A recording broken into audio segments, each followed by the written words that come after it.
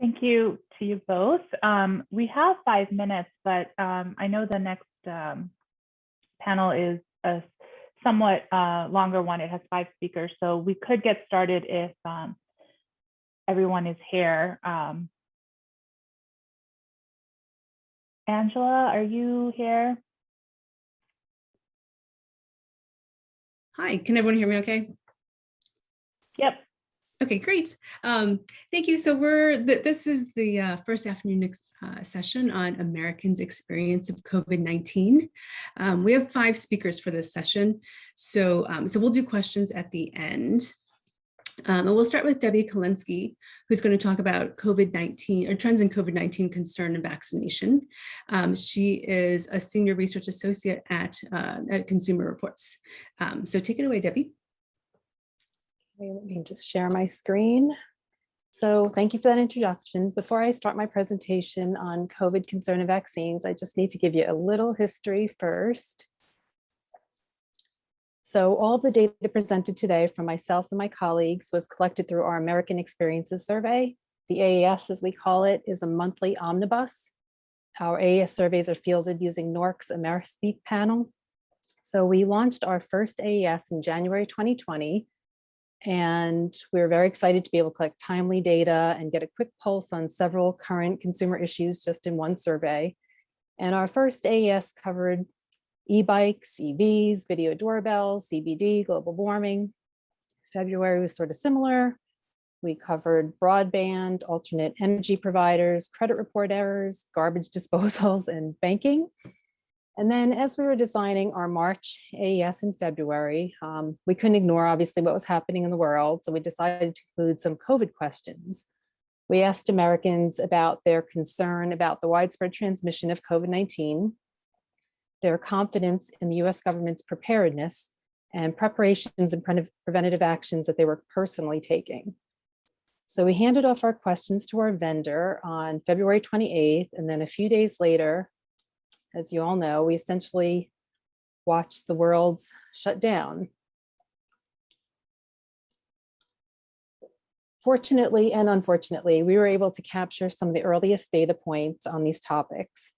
During the first 12 days in the field, the percentage of Americans saying they were extremely or very concerned about the widespread transmission of COVID in the US jumped 10 percentage points. So you could see from March 5th through March 16th. I pointed out some key milestones happening at the time that we were collecting this data, and it's quite clear how concern grew as our way of life changed. A couple important ones, especially in the US, March 11th and 12th, sports leagues, including the MLB, the NBA, and the NHL started to either suspend games, cancel training camps and seasons. On March 13th, states across the US, including Michigan, Pennsylvania, and Maryland, announced plans to close schools. And on March 15th, 29 additional states, including New York, Massachusetts, and South Carolina, and Hawaii, also closed schools. So from March to April, we see a spike in concern. Overall in March, 44% of Americans were highly concerned. And by April 14th, it rose to 76%.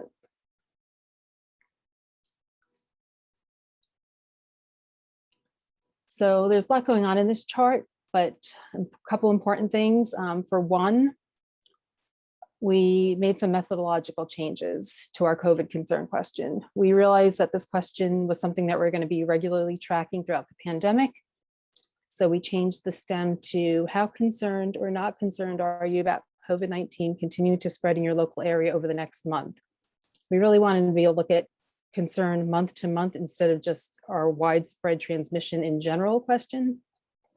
And we also changed the scale from a 5-point scale, which was originally extremely, very moderately, slightly, and not at all concerned, to very, somewhat, not too, and not at all concerned.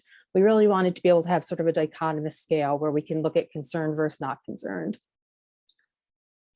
So back in 2020, you could see that there was a pretty consistent high level concern. And then in starting the new year, it started to drop a bit.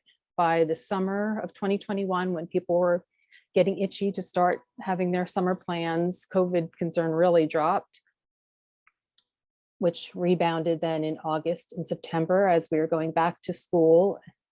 And in January 22, we saw the highest level we had seen in a while, and then only to be followed this month, well, last month when we finished data collection, a drop to 57% that were somewhat or very concerned.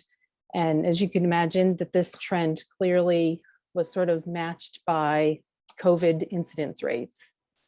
So as we saw 45% being very concerned in January, it dropped to 23%. And this curve down here is actually COVID cases. In addition to asking about concern over the next month, we also asked about, starting in July 2020, about concern over the next 6 months. And these data, as you can see, were completely consistent. And what we learned from this was either that people cannot differentiate concern over the next month to 6 months, or they just weren't willing to do the math and think about what might be going on in the world at that point. Going slightly backwards in our timeline, in December, we also measured concern over Omicron. So the first case of Omicron in the US was detected in December. And when we fielded our survey in December, we found that only 2% Americans had not heard of the Omicron variant. We based them out of our question. And as you can see, Omicron tracked similarly to overall concern over the next month, and 6 months.